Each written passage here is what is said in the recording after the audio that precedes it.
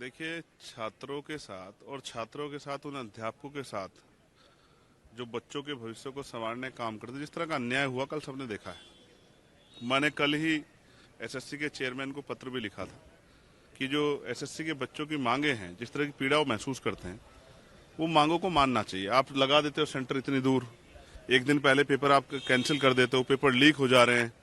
जो जहाँ व्यवस्था जो है पेपर स्थल पे जो है वहाँ व्यवस्था अच्छी नहीं है।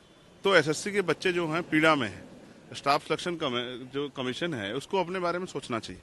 और जिस तरह से कल उनके साथ जो है लाठी चार्ज हुआ, लोकतंत्र में ये भाषा अच्छी नहीं है। अगर हम इस भाषा का प्रयोग करेंगे तो फिर जो बेरोजगार नौजवान उसके मन में किस तरह जो है कि पीड़ा पैदा होगी, उनके परिवारों में किस तरह की पीड़ा पैदा होगी, सरकार को सोचना चाहिए। आज मैं इस तख्ती लेके इसलिए खड़ा हूँ कि सरकार एसएससी के बच्चों की मांग को सुने और उनको पूरा करे। एसएससी का यही नौजवान कल देश की सेवा करेगा, प्रदेश की सेवा करेगा। आज आप उसको लाठियों से पीट रहे हो, उन गुरुओं को लाठियों से पीट रहे हो जो शिक्षा देने का काम कर रहे हैं। लेकिन मैं आप समझता हूँ ये फेलियर है। आपको जो काम एसएससी के को करना चाहिए था, एसएससी चेयरमैन को, उस काम के लिए बच्चे सड़कों पे तब उतरा जाता है जब नाउम्मीद हो जाता है आदमी कि अब हमें कहीं से न्याय नहीं मिलेगा। मैं उन बच्चों के प्रति संवेदना प्रकट करता हूँ, सरकार से मांग करता हूँ कि उनकी मांगों को माना जाए। और अगर आज उनका धरना होगा तो मैं उनके बीच में जाकर समर्थन भी दूंगा, और अगर लाठी पड़ेगी तो उनके लिए लाठी खाने का भी काम करूंगा, उनका साथ नहीं छोड़ूंगा।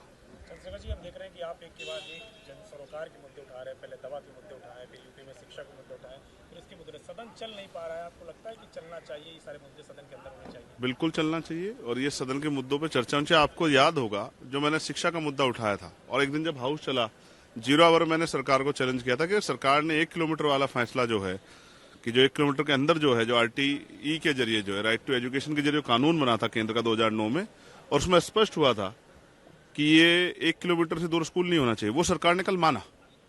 उस चेतावनी के बाद जब हमने कहा कि हम आंदोलन करेंगे, सड़कों पे जो है बवाल करेंगे, लोगों की लड़ाई लड़ेंगे, तब सरकार ने जो है कल सर के जो शिक्षा मंत्री हैं उन्होंने इस बात को माना और कहा कि हम 1 किलोमीटर के अंदर से जो दूर स्कूल है उसको बंद नहीं करेंगे।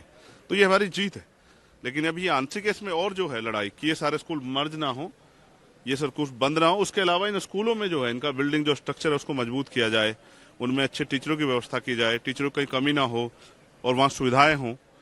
बच्चों को जो है नए तरीके से जो है शिक्षा को आगे बढ़ाया जाए, शिक्षा को मजबूत किया जाए। इसके लिए भी हम लोग प्रयास कर रहे हैं।